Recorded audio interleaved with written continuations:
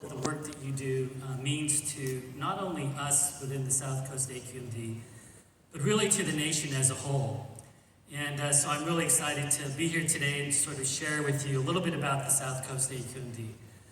I think Eric alluded to some of the challenge that we face here in the South Coast AQMD.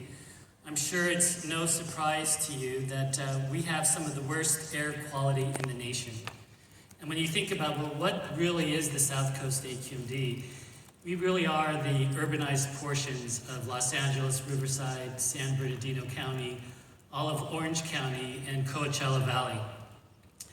And when we look at the pollution, while our primary authority rests with stationary sources, the big challenge that we face now, today, is coming from mobile sources. Nearly 80% of the air pollutants that we have to deal with are coming from mobile sources. And that's why clean transportation technologies are so important and they're so needed in order for us to meet not only the federal but the state air quality standards. And as well to reduce some of the toxic emissions as well as some of the climate pollutants. But the key is that we need to transition to zero emissions as quickly as possible. Continuous innovation and deployment of the cleanest technologies for all transportation sectors, including off-road equipment, trucks, ships, locomotives, is needed to reach the aggressive state and federal air quality standards. And in fact, our 2022 Air Quality Management Plan, which sets the path forward for us in terms of how we're going to meet those standards, relies on zero-emission technologies showcased here today, showcased at this Expo throughout the week. Over the last 25 years, we've come a long way. More than 30,000 vehicles and equipment have been incentivized and upgraded with cleaner equipment. As Eric said, the original Southern California Clean Vehicle Technology Expo was organized and hosted by the South Coast AQMD in 2006 at the Ontario Convention Center. There were about 500 attendees. I dare say there's a little bit more than that today. In fact, there's going to be about 13,000 attendees throughout this conference this week, and over 200 advanced technologies on display. And since its inception, the ACT Expo has been a place to share, to collaborate, and to look at how can we implement new technologies, particularly from our perspective, with the focus now on lower income areas and individual operators not necessarily associated with larger companies. We have to look to ways to share policy, technology. We have to look at ways that we can do this in a very coordinated fashion. We have to do this because we know that 42% of the residents in our community live in disadvantaged or overburdened communities. Many of the communities surrounding our ports, along freight corridors or near rail yards and adjacent to warehouses, tend to be low income with people of color. And as we transition to zero emissions, we must not forget why we are doing that.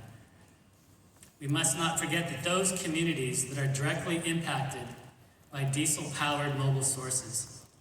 And I want to elevate the importance of the environmental justice communities and considerations as we transition to zero emissions technologies, and that these communities and residents are at the front of the line for infrastructure, and that we prioritize implementation of the cleanest technologies in these communities.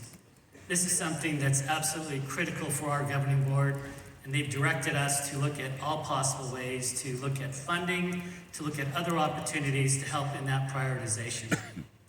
So we are looking for those fundings, whether it's partnership with industry, whether it's partnership at the state or federal level, or whether it's partnership on the international front. We continue to look at all areas where those partnerships are possible. And as you've heard, South Coast AQMD has been a leader in technology development and pushing for commercialization of clean engine technology with major manufacturers and fleets. In 2022 alone, we awarded over $140 million worth of incentive projects, including trucks, buses, marine vessels, locomotives, off-road equipment, and infrastructure projects. And we do this through leveraging through public and private partnerships to maximize our investments. And let me take a few minutes to talk about some of the work that we've done in this area, because I know many of you have been involved in this. For example, the Volvo Lights, the low-impact green heavy transport solutions project, deployed 30 Class 8 battery electric trucks, 29 battery electric yard tractors and forklifts, and installed 56 chargers with solar and energy storage. The JETSI project, the Joint Electric Truck Scaling Initiative project, is very close to deploying 100 Volvo and Daimler battery electric regional haul and drayage trucks across California by June of 2023 with supporting infrastructure. A new battery electric Freightliner locomotive will be deployed and will travel between Barstow and Los Angeles, and we expect that by 2025. We've partnered with Man Energy Solution and Mediterranean Shipping Company and completed our first ocean-going vessel water in fuel retrofit project in 2022. To ensure rapid deployment of zero-emission vehicles and equipment, it's crucial that we all work together. We have to streamline the process to provide the needed infrastructure.